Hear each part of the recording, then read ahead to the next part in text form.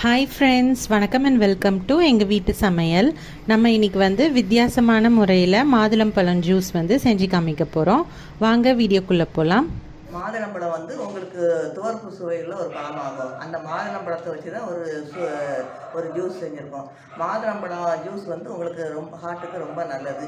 இந்த மாதுளம்பழம் ஜூஸ் கூட நாங்கள் உவர்ப்பு, இனிப்பு, புளிப்பு, கார்ப்பு எல்லாமே கலந்த ஒரு புதிய சுவையில் ஒரு ஜூஸ் மாதுளம்பழம் ஜூஸ் செஞ்சுருக்கோம். வாங்க எப்படி செய்யணும்னு பார்ப்போம்.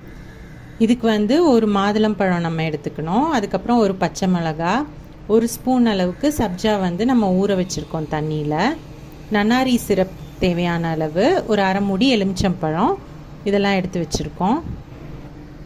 ஃபஸ்ட்டு வந்து நம்ம மாதுளம்பழத்தில் உள்ள முத்துக்களெல்லாம் நம்ம தனியாக எடுத்துடணும்.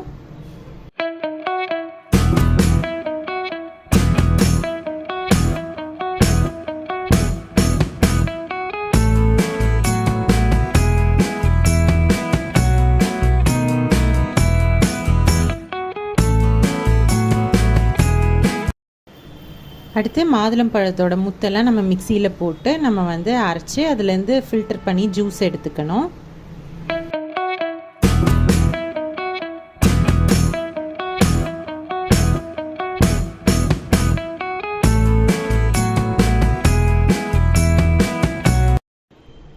அடுத்து வித்தியாசமாக நம்ம எப்படி இந்த ஜூஸ் பண்ணலான்னு பார்ப்போம். ஃபஸ்ட்டு வந்து ஒரு கிளாஸ் டம்ளரில் ஐஸ் க்யூப்ஸ் வந்து சேர்த்துக்கோங்க.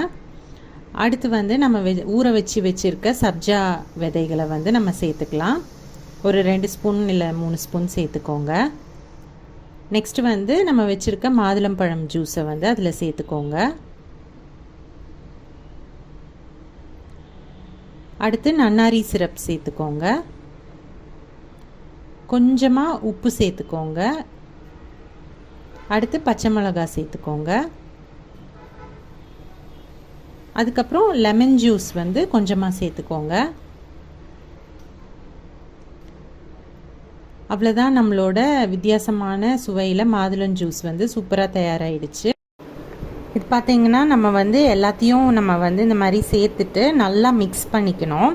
அப்போ தான் உங்களுக்கு வந்து அந்த இனிப்பு, புளிப்பு, உப்பு, காரம், துவர்ப்பு எல்லா சுவையும் ஒன்றா சேர்ந்து உங்களுக்கு வந்து சூப்பராக இருக்கும். ஸோ வித்தியாசமான முறையில் நீங்கள் வந்து மாதுளம்பழம் ஜூஸ் வந்து தயார் பண்ணிக்கலாம். ஸோ இந்த ஈஸியான ரெசிப்பியை நீங்களும் ட்ரை பண்ணிங்கன்னா உங்களோட ஃபீட்பேக்கை எங்களுக்கு கமெண்ட்ஸில் ஷேர் பண்ணுங்கள். இந்த வீடியோ உங்களுக்கு பிடிச்சிருந்ததுன்னா லைக் பண்ணுங்கள், ஷேர் பண்ணுங்கள், சப்ஸ்கிரைப் பண்ணுங்கள். மறக்காமல் பெல் பட்டனையும் டேப் பண்ணுங்கள். அப்போ தான் எங்களோட ரெகுலர் அப்டேட்ஸ் உங்களுக்கு வந்து சேரும். தேங்க்யூ.